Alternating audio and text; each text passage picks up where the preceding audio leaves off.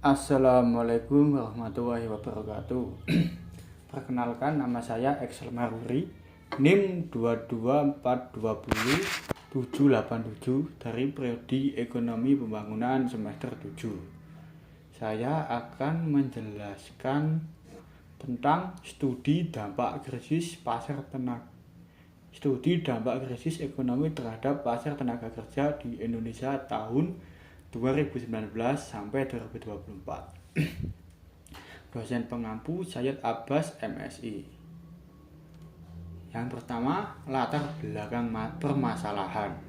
Krisis ekonomi yang paling signifikan mempengaruhi pasar tenaga kerja di Indonesia antara tahun 2019 sampai 2024 adalah pandemi COVID-19. Meskipun ada juga pengaruh dari ketidakpastian ekonomi global, periode ini ditandai oleh lonjakan pengangguran, penurunan produktivitas, dan perubahan struktural dalam pasar tenaga kerja. Kemudian, uraian masalah yang terjadi. Peningkatan pengangguran dan PHK massal, lonjakan pengangguran, pembatasan kegiatan sosial dan ekonomi selama pandemi menyebabkan banyak perusahaan mengurangi operasi dan melakukan efisiensi yang berdampak pada peningkatan angka pengangguran terbuka. Pada Agustus 2020, tingkat pengangguran terbuka mencapai 7,7%, angka tertinggi dalam satu dekade. Yang kedua, pemutusan hubungan kerja atau yang disingkat sebagai PHK. Gelombang PHK terjadi di berbagai sektor, terutama sektor yang terdampak parah seperti pariwisata, akomodasi, dan transportasi. Kemudian yang ketiga, pengangguran lulusan tinggi. Meskipun pendidikan tinggi biasanya menawarkan perlindungan, data menunjukkan bahwa pengangguran pada lulusan diploma S1, S2, S3 juga meningkat antara Februari 2023 dan Februari 2024. Kemudian solusi pemerintah. Yang pertama dan yang kedua, program bantuan dan kewirausahaan.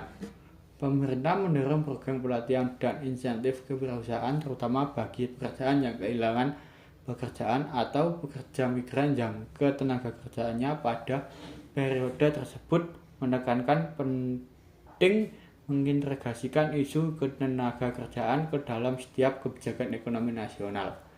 Terdapat adaptasi terhadap perubahan akibat pandemi dan ketidakpastian ekonomi global. Kemudian yang ketiga, penguatan sistem informasi. Pemerintah berupaya memperkuat sistem informasi pasar kerja atau yang disingkat sebagai SIPK untuk mengintegrasikan seluruh layanan ketenagakerjaan.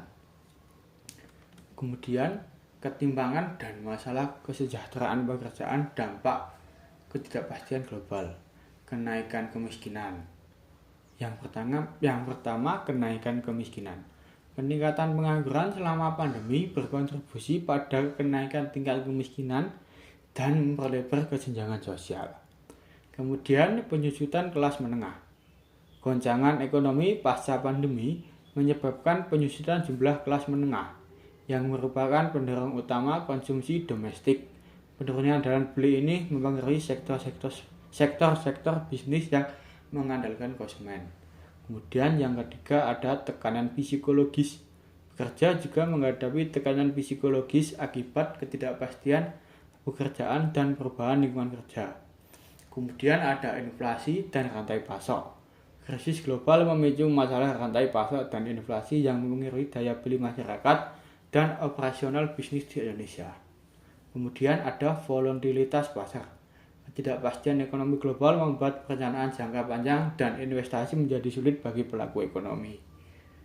Kemudian sudah selesai. Sekian dan terima kasih. Bila ada salahnya, kurang lebihnya mohon maaf. Wassalamualaikum warahmatullahi wabarakatuh.